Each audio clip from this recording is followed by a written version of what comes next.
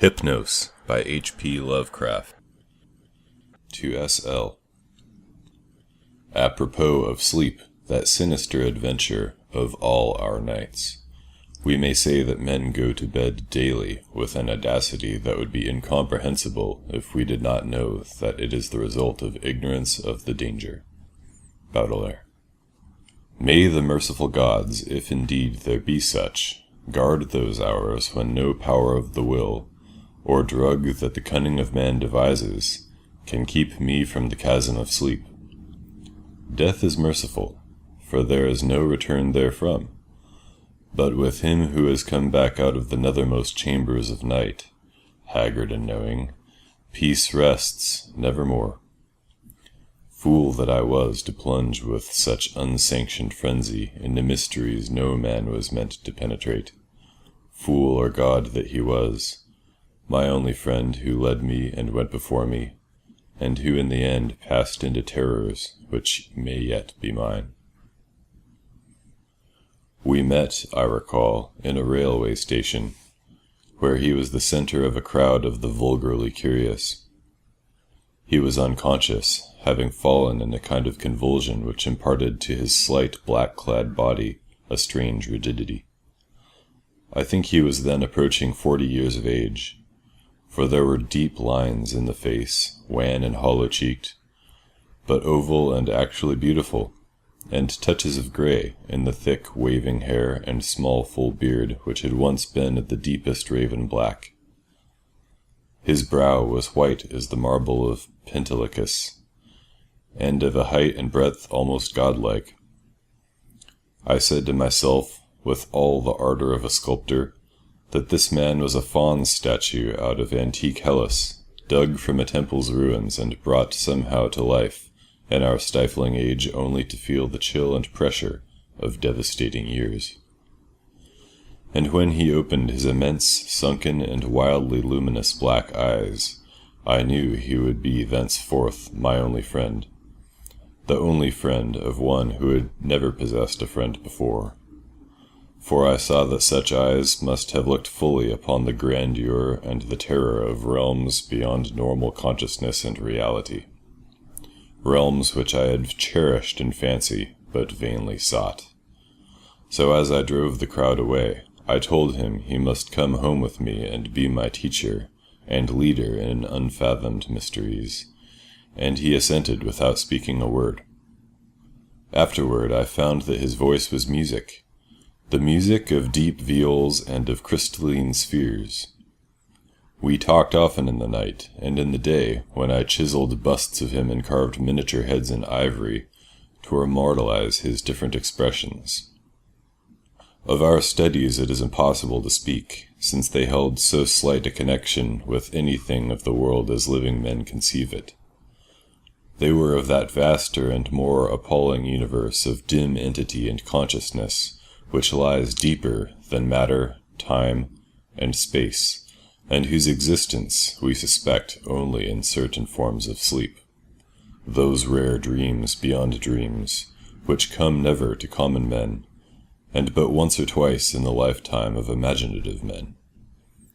The cosmos of our waking knowledge, born from such an universe as a bubble is born from the pipe of a jester, touches it only as such a bubble may touch its sardonic source when sucked back by the jester's whim.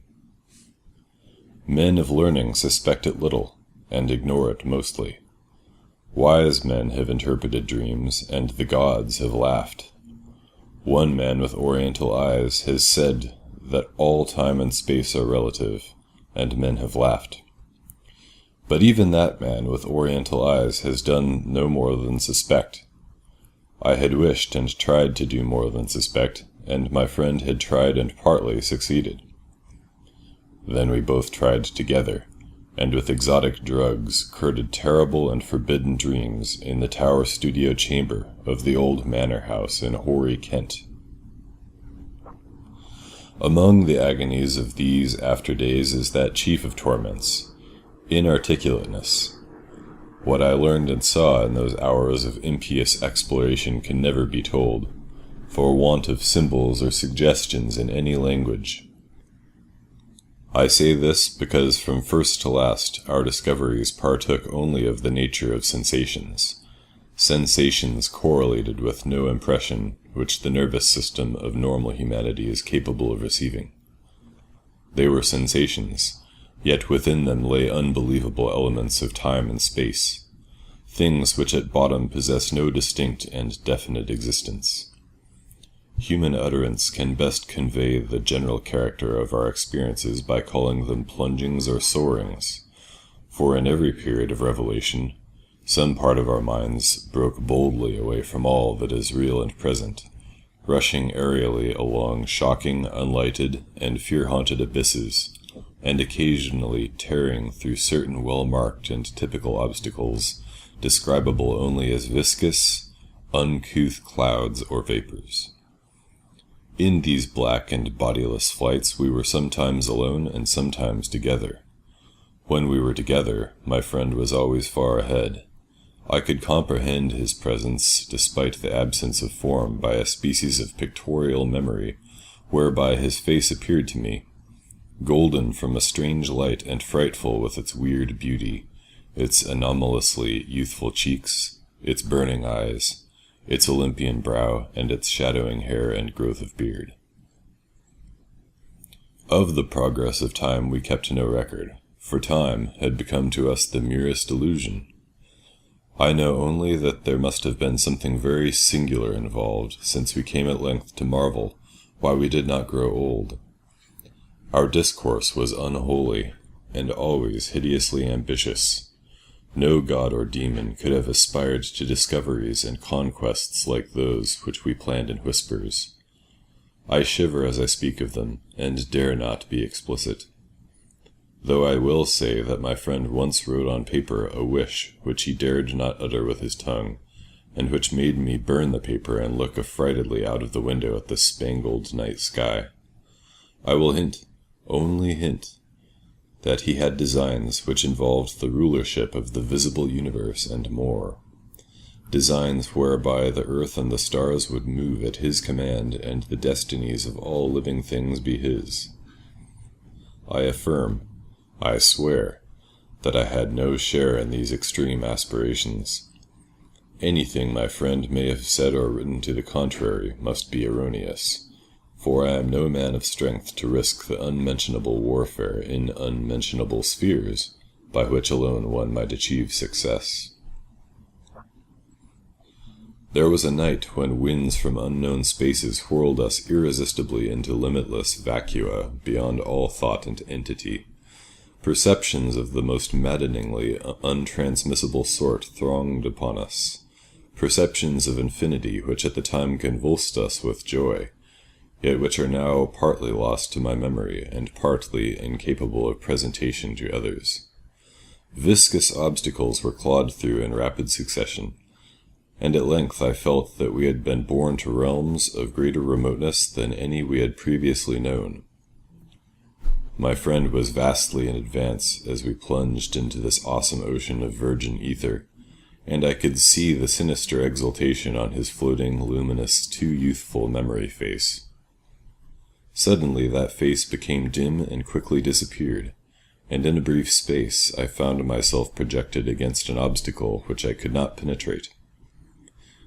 It was like the others, yet incalculably denser, a sticky, clammy mass, if such terms can be applied to analogous qualities in a non-material sphere. I had, I felt, been halted by a barrier which my friend and leader had successfully passed. Struggling anew, I came to the end of the drug dream and opened my physical eyes to the tower studio in whose opposite corner reclined the pallid and still unconscious form of my fellow dreamer, weirdly haggard and wildly beautiful as the moon shed gold-green light on his marble features. Then, after a short interval, the form in the corner stirred, and may pitying heaven keep from my sight and sound another thing like that which took place before me. I cannot tell you how he shrieked, or what vistas of unvisitable hells gleamed for a second in black eyes crazed with fright. I can only say that I fainted, and did not stir till he himself recovered and shook me in his frenzy, for someone to keep away from the horror and desolation. That was the end of our voluntary searchings in the caverns of Dream. Oed, shaken and portentous, my friend who had been beyond the barrier, warned me that we must never venture within those realms again. What he had seen he dared not tell me, but he said from his wisdom that we must sleep as little as possible, even if drugs were necessary to keep us awake.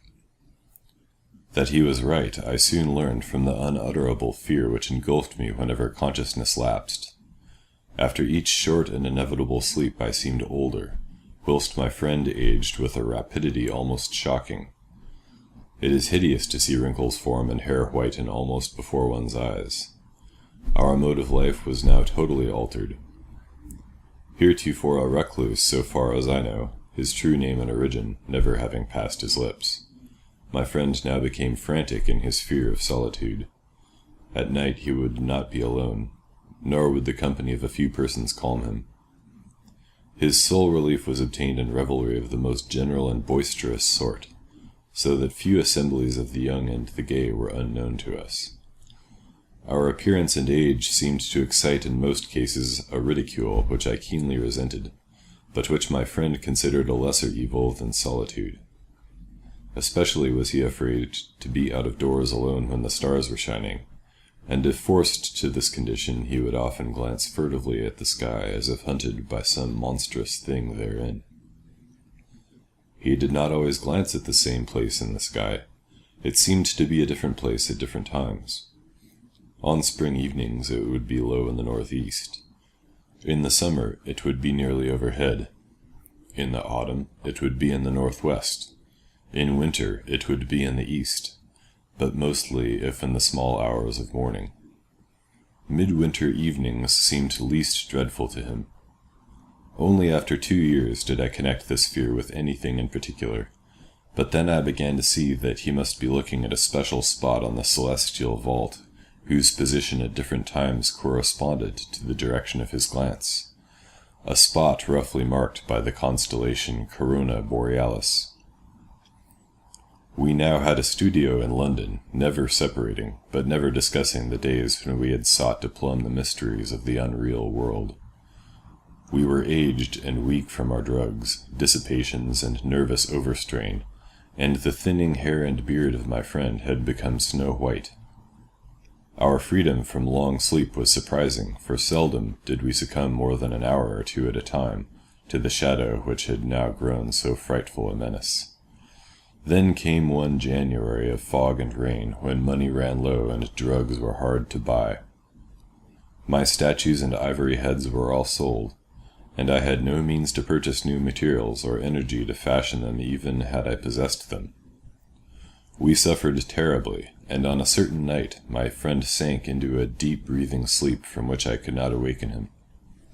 I can recall the scene now, the desolate, pitch-black garret studio under the eaves, with the rain beating down, the ticking of the lone clock, the fancied ticking of our watches as they rested on the dressing-table, the creaking of some swaying shutter in a remote part of the house, certain distant city noises muffled by fog and space, and worst of all, the deep, steady, sinister breathing of my friend on the couch, a rhythmical breathing which seemed to measure moments of supernal fear and agony for his spirit as it wandered in spheres forbidden, unimagined, and hideously remote. The tension of my vigil became oppressive, and a wild train of trivial impressions and associations thronged through my almost unhinged mind. I heard a clock strike somewhere, not ours, for that was not a striking clock, and my morbid fancy found in this a new starting point for idle wanderings. Clocks, time, space, infinity, and then my fancy reverted to the local, as I reflected that even now, beyond the roof and the fog and the rain and the atmosphere, Corona Borealis was rising in the northeast. Corona Borealis, which my friend had appeared to dread, and whose scintillant semicircle of stars must even now be glowing unseen through the measureless abysses of ether.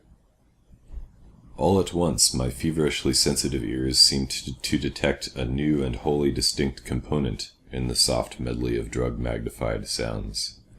A low and damnably insistent whine from very far away, droning, clamoring, mocking, calling from the northeast.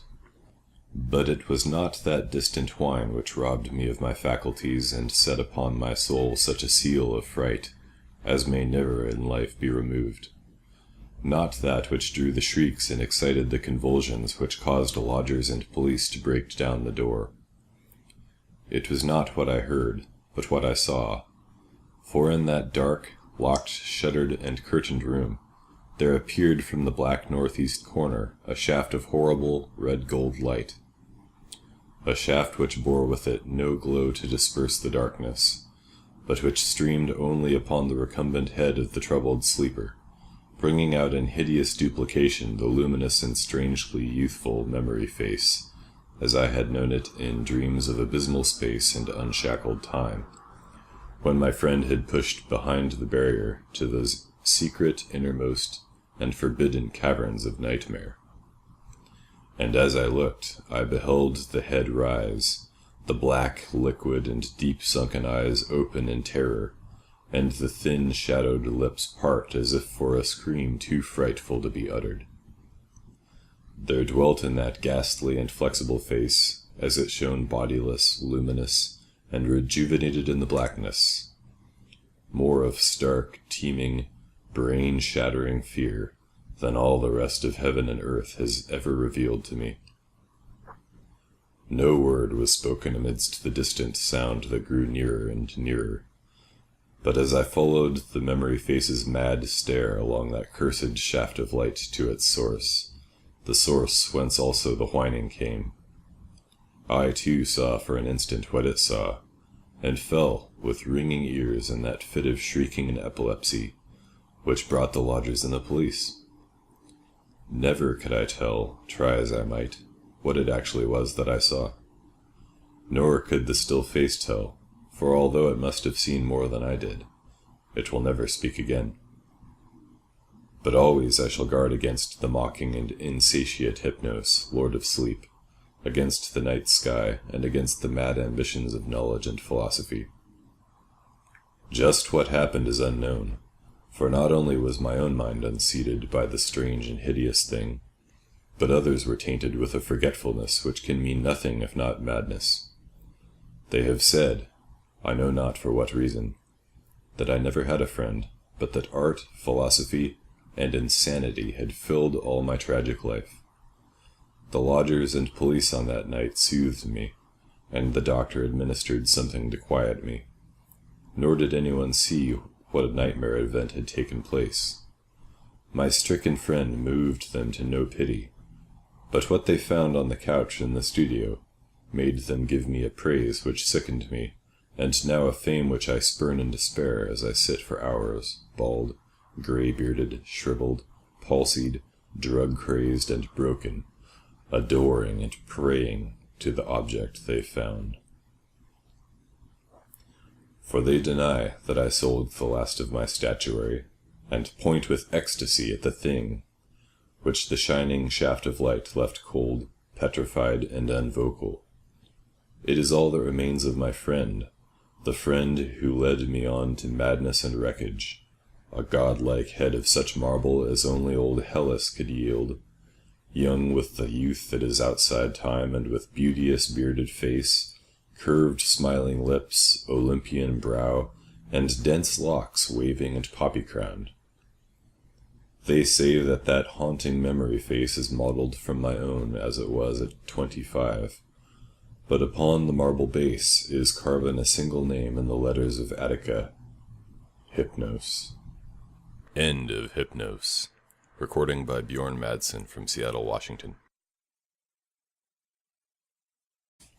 Where he was the center of a crowd of the vulgarly curious.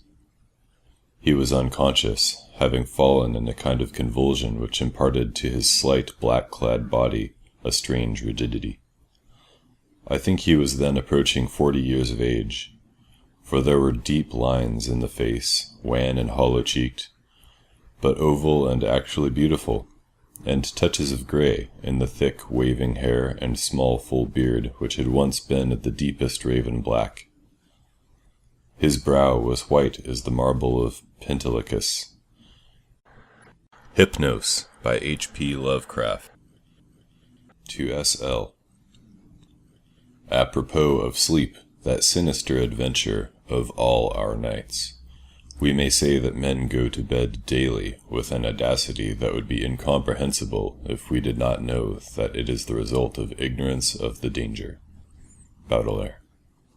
May the merciful gods, if indeed there be such, guard those hours when no power of the will, or drug that the cunning of man devises, can keep me from the chasm of sleep. This must have looked fully upon the grandeur and the terror of realms beyond normal consciousness and reality, realms which I had cherished in fancy, but vainly sought. So as I drove the crowd away, I told him he must come home with me and be my teacher and leader in unfathomed mysteries, and he assented without speaking a word. Afterward I found that his voice was music, the music of deep viols and of crystalline spheres. We talked often in the night, and in the day, when I chiseled busts of him, and of a height and breadth almost godlike. I said to myself, with all the ardor of a sculptor, that this man was a faun's statue out of antique Hellas, dug from a temple's ruins and brought somehow to life in our stifling age only to feel the chill and pressure of devastating years. And when he opened his immense, sunken, and wildly luminous black eyes, I knew he would be thenceforth my only friend, the only friend of one who had never possessed a friend before. For I saw that such eyes, death is merciful, for there is no return therefrom. But with him who has come back out of the nethermost chambers of night, haggard and knowing, peace rests nevermore. Fool that I was to plunge with such unsanctioned frenzy into mysteries no man was meant to penetrate. Fool or god that he was, my only friend who led me and went before me, and who in the end passed into terrors which may yet be mine. We met, I recall, in a railway station,